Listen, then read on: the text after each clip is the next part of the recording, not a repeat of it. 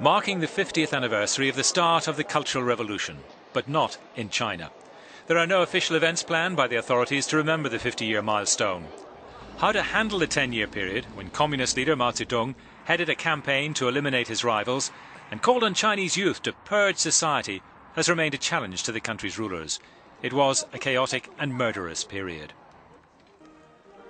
The official party line on the issue was decided in the 80s. After the trial of the Gang of Four, mistakes were made and the revolution was a tragedy.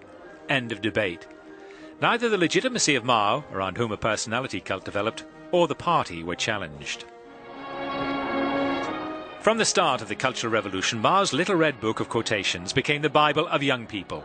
He gave license to them to destroy the so-called Four Olds, or perceived enemies of Chinese culture: customs, habits, culture and thinking.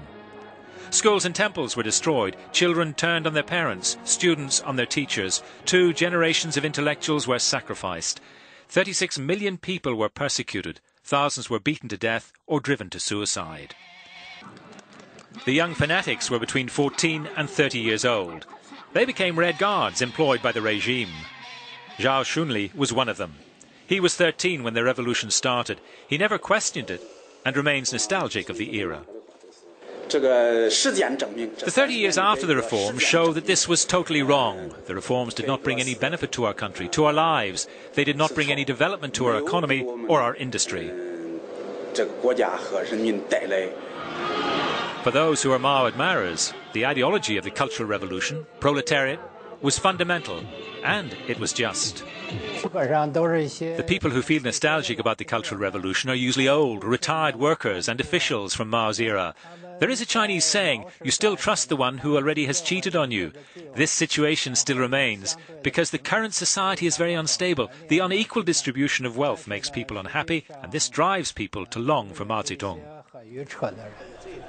In the south of the country there is a museum dedicated to the Bloody Decade. It is the only place which confronts this period of history. The young people who come here, relatively ignorant of what happened during the 10 years, do not imagine that it could happen again. Such a kind of wrong revolution will never happen again. I believe our party, our country and our leadership will not formulate such incorrect guidelines again. It's reported that not one of the 5 major Chinese newspapers on Monday mentioned the Cultural Revolution. The conclusion on this collective amnesia by the party is that it is better to move forward beyond that decade of leftist ideals. Besides, to condemn Mao would be to undermine the legitimacy of the party, which is unthinkable.